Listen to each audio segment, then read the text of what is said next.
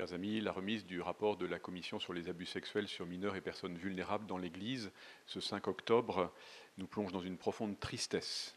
Nous savions déjà, hélas, cette réalité des abus sexuels commis par des clercs, des religieux, des laïcs en mission, mais notre peine est redoublée par l'effet de sidération devant le choc des chiffres issus de ce sondage sérieux, devant tout ce qu'il représente comme souffrance cumulée pour tant de personnes abusées, marquées à vie dans leur corps, leur psychisme, leur capacité relationnelle, leur foi.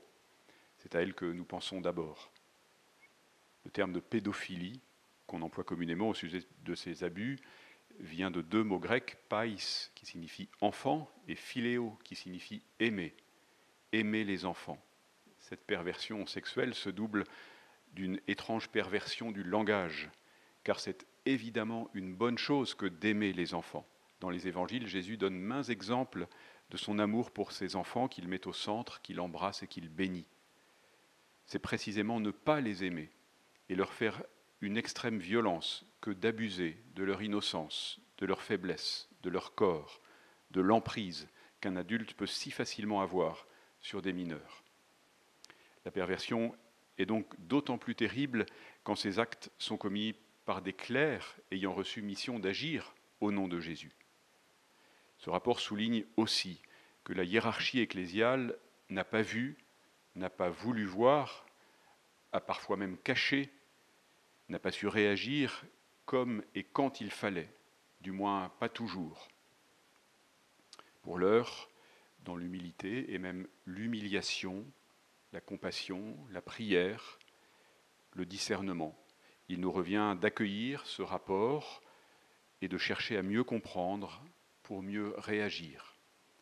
Lors de notre assemblée plénière des évêques à Lourdes au mois de novembre prochain, après avoir consulté dans nos diocèses, nous nous pencherons sur les préconisations que ce rapport formule.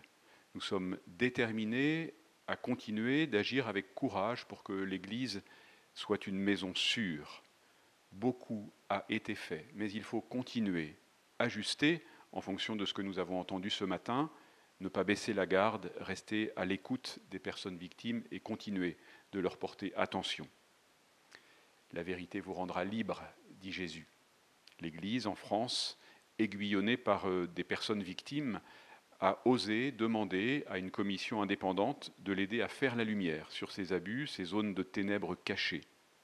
Il faut maintenant encore en tirer toutes les conséquences, mais libérée de ce mal qui l'a paralysée secrètement et qu'elle regarde bien en face, elle pourra continuer sa route vers le royaume de Dieu. Si certains prêtres et représentants de l'Église, trop nombreux, ont pu être ainsi cause de souffrance et de scandales à grande échelle, il faut que l'ensemble des prêtres, des baptisés, des religieux soient désireux d'un plus beau témoignage rendu à l'Évangile. Il ne nous suffit pas de lutter contre, il faut lutter pour.